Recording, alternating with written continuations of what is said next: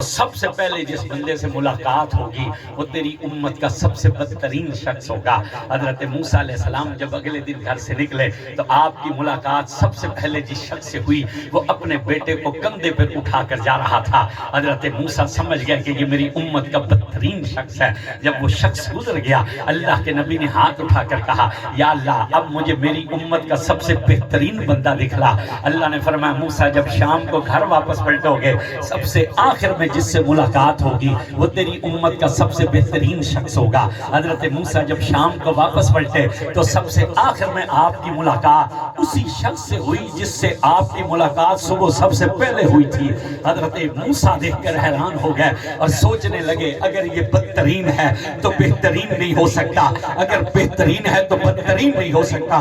عرض کی مولا صبح بدترین تھا تو اب بہترین کیسے ہو گیا؟ اللہ نے فرمایا موسیٰ کیا تو یہ نہیں جانتا کہ تیرے رب کی شان یہ ہے کہ ان اللہ علی کل شیء قدیر، تیرا اللہ ہر چیز پر قادر ہے۔ حضرت موسیٰ نے عرض کی کہ میں تیری قدرت پر ایمان رکھتا ہوں مگر یہ تو بتلا دے صبح سب سے بدترین تھا اب بہترین کیسے ہو گیا؟ اللہ نے فرمایا موسیٰ جب صبح یہ اپنے بیٹے کو کندھے پر اٹھا کر نکلا تو آگے جنگل تھا، جنگل بہت بڑا تھا۔ اس کے بیٹے نے جنگل دیکھا، اس نے اپنے باپ سے کہا بابا یہ جنگل بہت بڑا ہے۔ اس نے کہا ہاں یہ جنگل بہت بڑا ہے۔ تو اس کے بیٹے نے کہا اس جنگل سے بھی بڑی کوئی چیز ہے؟ تو اس نے کہا ہاں وہ سامنے والا پہاڑ اس جنگل سے بڑا ہے۔ تو اس کے بیٹے نے کہا اس پہاڑ سے بھی بڑی کوئی چیز ہے؟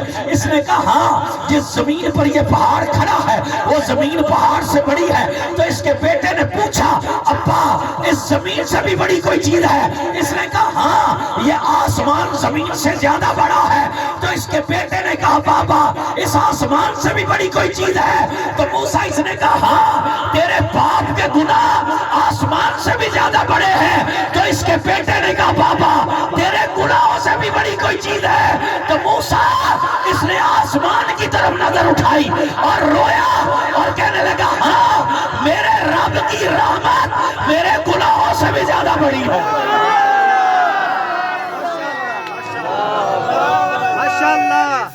یا رسول اللہ یا رسول اللہ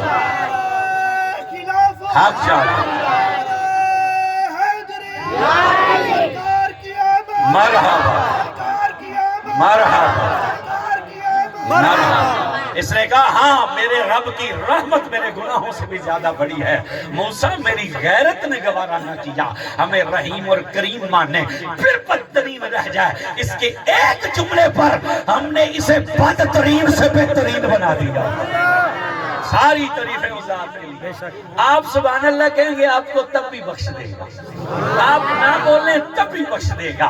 خود فرماتا ہے جو ہمارا نام لیتا ہے اسے تو اس لیے بخش دیتے ہیں کہ اس نے ہمارا نام لیا ہے، اور جو ہمارا نام نہیں لیتا اسے اس لیے بخش دیتے ہیں کہ چلا اس نے نام لیا نہیں مگر سن تو لیا ہے۔ ساری تعریفیں اس ذات کے لیے اور درود و سلام ہے ان پر کہ جن کی خاطر بخشتا، وہ جو اول بھی ہیں اور آخر بھی ہیں، ظاہر بھی ہیں اور باطن بھی ہیں۔ اور اعلیٰ حضرت نے کہا وہ جو نہ تھے تو کچھ نہ تھا، وہ جو نہ ہوں تو کچھ نہ ہو، جان ہے وہ جہان کی، ارے جان ہے تو جہان ہے۔ اور یہ شاعری نہیں ہے یہ حدیث کا ترجمہ ہے۔ حضرت مولا کائنات علی شیر خدا فرماتے ہیں جبریل حضور کی خدمت میں حاضر ہوئے، جبریل نے آ کر اللہ کا سلام پیش کیا اور پھر فرمایا محبوب تیرا رب فرماتا ہے ہم نے زمین اس لیے پیدا کی ہے کہ تیرے طلبوں کو چومے۔ آجے بابی یہ تو چپ روے جو سن رہی ہیں تو حضور دی شان سن گے چپ کیا ہم نے زمین اس لیے پیدا کی ہے تیرے طلبوں کو چومے، اور ہوا اس لیے چلائی کہ تیری زلفوں کو چھو کر گزرے۔ محبوب ہم نے آسمان اس لیے اونچا کیا کہ لوگ دیکھیں تو کہیں کہ بہت اونچا ہے، مگر معراج کی شب میں اپنے یار کو عرش پہ کھڑا کر کے کہا اے پیارے محمد کوئی کتنا بھی اونچا کیوں نہ ہو جائے تیرے طلبوں کے نیچے نیچے رہے۔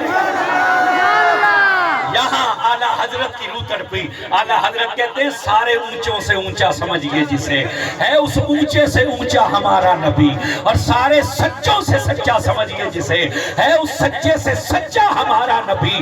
خلق سے اولیاء, اولیاء سے رسول, اور رسولوں سے اعلیٰ ہمارا نبی. کہا اس لیے آسمان اونچا کیا کہ کوئی کتنا بھی اونچا کیوں نہ ہو تیرے تلووں کے نیچے نیچے رہے گا. کہا محبوب ہم نے سورج اس لیے بنایا ہے جب تمہاری مرضی ہو تو تم اشارے سے موڑ لینا, اور چاند اس لیے روشن کیا جب تمہارا دل کرے تو انگلی اٹھا کر توڑ دینا. ہم نے درخت اس لیے بنائے جب تیری مرضی ہو تو انہیں چلا لینا, اور پتھر اس لیے پیدا کیے جب تمہارا دل کرے تو ان سے کلمہ پڑھوا لینا. محبوب جنت تیرے عاشقوں کے لیے بنائی ہے, جہنم تیرے منکروں کے لیے بنائی ہے. ہم نے نیک اس لیے بنائے ہیں کہ ہمارا یار ان کا سردار بنے, اور گناہگار اس لیے پیدا کیے کہ تیری خاطر تیرا رب گناہگاروں کو بخشتا چلا جائے. حضرت مولا کائنات کہتے ہیں یہ کہہ کر جبریل نے کہا لے اجلے کا, لے اجلے کا, لے اجلے کا. تیرا رب فرماتا ہے ہم نے تو جو کچھ بھی پیدا کیا ہے وہ تیری خاطر پیدا کیا ہے. ہم نے تو جو کچھ بھی بنایا ہے وہ تیری خاطر بنایا ہے. ان پر سلام, ان پر سلام جو اول بھی ہیں اور آخر بھی ہیں, ظاہر بھی ہیں اور باطن بھی ہیں, اور وجہ تخلیق کائنات ہیں, جنہیں کائنات کے بنانے کا مقصد ہے. ان پر سلام کہ ان پر اترے ہوئے قرآن میں کہا وما ارسلناک الا رحمت للعالمین, ہم نے آپ کو کل جہانوں کے لیے رحمت بنا کر بھیجا ہے. آج سائیں لوگ ہم سے پوچھتے ہیں کہ میلاد کس کس کو منانا چاہیے. آج ہم سے پوچھتے ہیں, پہلے تو یہ سوال ہوتا ہے نا کہ میلاد کہاں لکھا ہے. میں نے کہا میلاد ہماری قسمت میں لکھا ہے. سبحان اللہ. اب جس کی قسمت میں وہ منا رہے ہیں, جن کی قسمت میں نہیں ہے وہ روک رہے ہیں. میلاد ہماری قسمت میں لکھا ہے. اگر ناز ہے اپنی قسمت پر تو پھر کہو یا رسول اللہ. اگر تمہیں یہ اچھی لگتی ہے قسمت جس میں میلاد ہے اسے تو خوش ہونا چاہیے نا. میں نے کہا ہماری قسمت میں لکھا میلاد, ہماری قسمت میں لکھا. ہم ایک جگہ تقریر کرنے گیا تو ہمیں پرچی آ گئی, یہ آپ نے بڑی میلاد پر تقریر کی ہے تو یہ کس کس کو منانا چاہیے. میں نے کہا ہر اس شخص کو جس کے لیے حضور رحمت بن کر آئے, ہر اس شخص کو جس کے لیے حضور رحمت بن کر آئے. سب سے پہلے تو میلاد اس ماں کو منانا چاہیے نا کہ حضور نہیں آئے تھے تو یہ بیٹا ماں کے گلے میں رسی ڈال کر اسے منڈی میں بیچ دیتا. سب سے پہلے تو میلاد اس ماں کو منانا چاہیے کہ جس کا بیٹا اسے منڈی میں بیچتا تھا. لیکن میرے رسول آئے تو میرے رسول نے فرمایا سن, یہ بکنے کے لیے نہیں ہے بلکہ تیری جنت تیری ماں کے قدموں کے نیچے, تیری جنت تیرے ماں کے قدموں کے نیچے. سب سے پہلے تو اس ماں کو میلاد منانا چاہیے کہ جس کے نوکرانی کی جیسی بھی عزت نہیں تھی, جسے بیٹا منڈی میں بیچتا تھا. لیکن حضور نے فرمایا سن, تیری جنت تیری ماں کے قدموں کے نیچے ہے. سب سے پہلے تو اس ماں کو میلاد منانا چاہیے نا جس کا حق اس کی اولاد پر بیان کرتے ہوئے کہا. جب ایک صحابی نے پوچھا تھا یا رسول اللہ مجھ پر کس کا حق ہے تو فرمایا تیری ماں کا. انہوں نے پھر کچھ دیر کے بعد پوچھا یا رسول اللہ پھر کس کا حق ہے, فرمایا تیری ماں کا. انہوں نے تیسری مرتبہ پوچھا یا رسول اللہ کس کا حق ہے, فرمایا تیری ماں کا حق ہے تجھ پر. سب سے پہلے تو اس ماں کو ملا.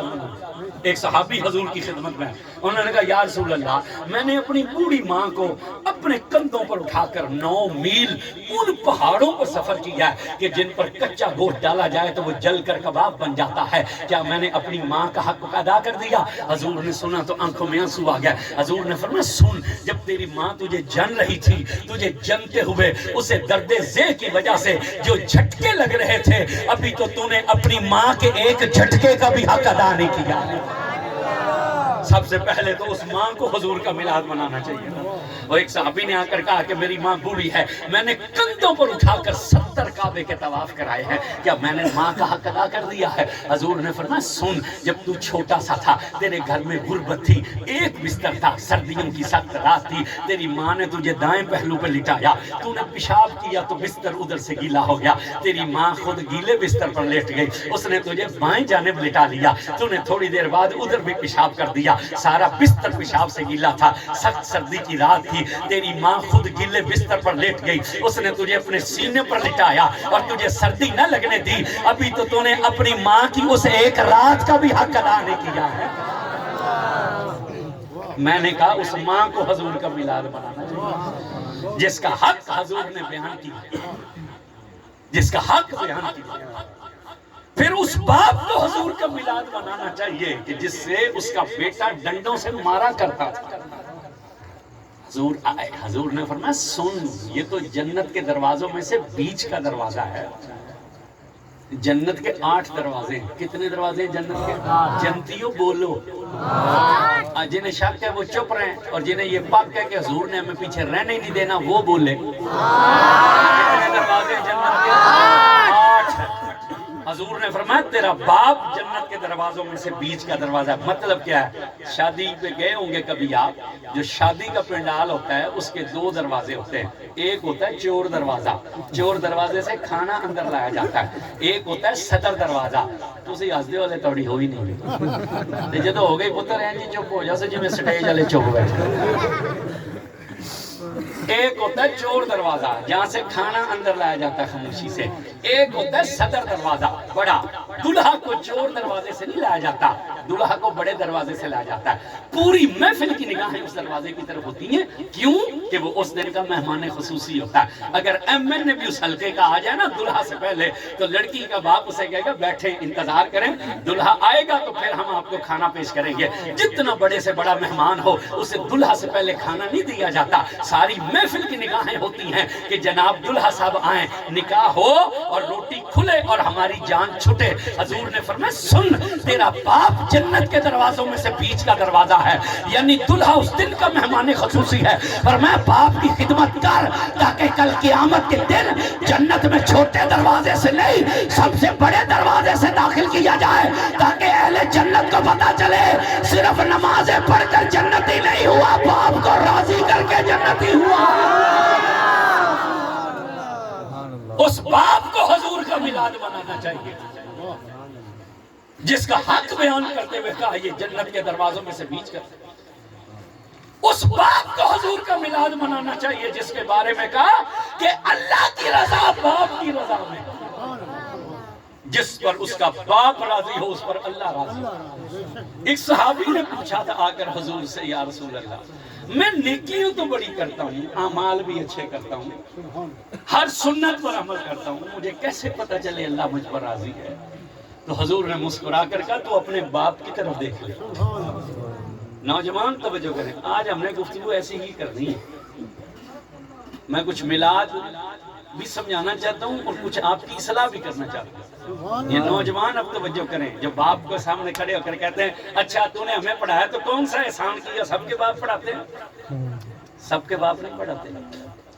سب کے باپ پڑھاتے ہوتے نا تو آج موٹر سائیکل مکینک کی دکان پر لڑکے کام نہ سیکھ رہے ہوتے۔ سب کے باپ پڑھاتے ہوتے نا تو آج ریڈیوں پر لڑکے نہ کھڑے ہوتے۔ یہ پڑھے لکھے نوجوان آج باپ کے سامنے کھڑے ہو کر اسے کہتے ہیں تمہارے خیالات پرانے ہیں، تمہیں پتہ ہی نہیں ہے دنیا کا۔ اور وہ اگر سے کہہ دے کہ ہم نے تجھے اس لیے پڑھایا تھا کہ تم ہمارے سامنے بولے، تو بیٹا آگے سے کہتا ہے کوئی احسان کیا ہم پر؟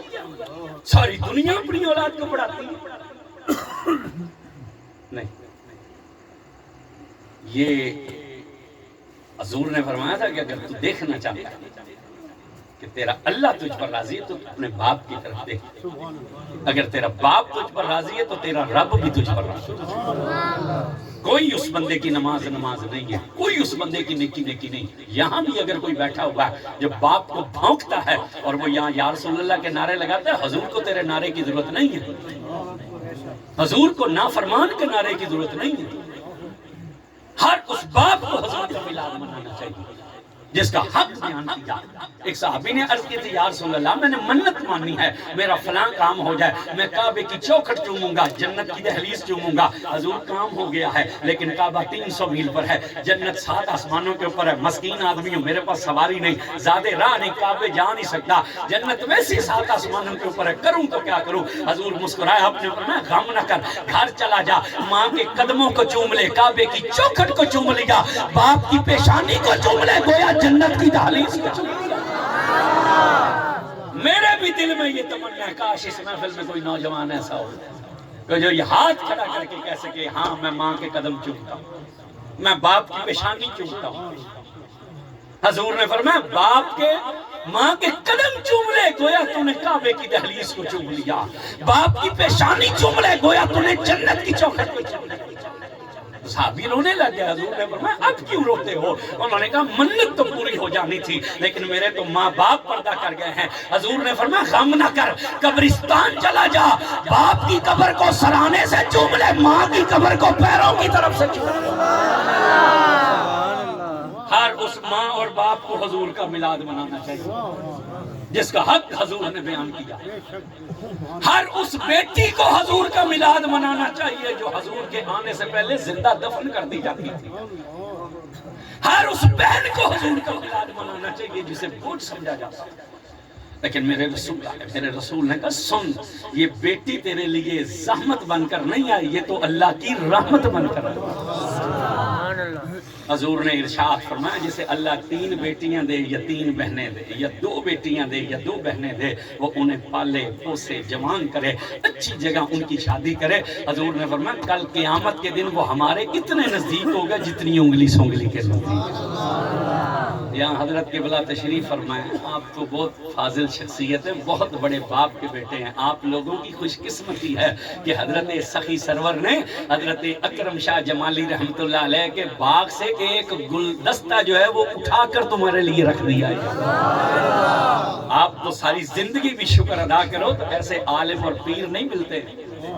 سمجھ آ رہی ہے کہ نہیں آ رہی؟ حضرت صاحب تشریف فرمائے، میں زیادہ لوگوں کو نہیں جانتا، علماء بیٹھے ہیں، پوچھو ان سے۔ حضور نے فرمایا، یہ چیلنج سے میں بات کر رہا ہوں، یہ نمازی کے لیے حضور نے نہیں کہا کہ قیامت کے دن نمازی ہمارے اتنے قریب ہوں۔ اب ہم تقریر ہے مطلب نہیں بھی نماز ہی نہ پڑھے جیسے میرے، یہ مطلب نہیں نکالنا، الٹا کئی بندے آتے ہیں الٹا مطلب نکالنا۔ اصل میں ہر بندے کی اپنی اپنی سمجھ ہوتی ہے نا، وہ پھر سن تو تقریر سارے رہے ہوتے ہیں لیکن سمجھ اپنی۔ سیال شریف مسئلہ بیان ہوا اس پر کہ گدھا اگر نمک کی کان میں چلا جائے اور پھر کچھ عرصے بعد یہ فطرت ہے نمک کی کہ جو چیز اس میں جاتی ہے وہ نمک ہو جاتی ہے، اگر گدھا نمک کی کان میں چلا جائے اور وہ نمک ہو جائے تو اس کا کھانا جائز ہے۔ یہ مسئلہ فقہ کا بیان ہوا کہ گدھا اگر نمک کی کان میں چلا جائے اور ایک مدت گزرنے کے بعد وہ نمک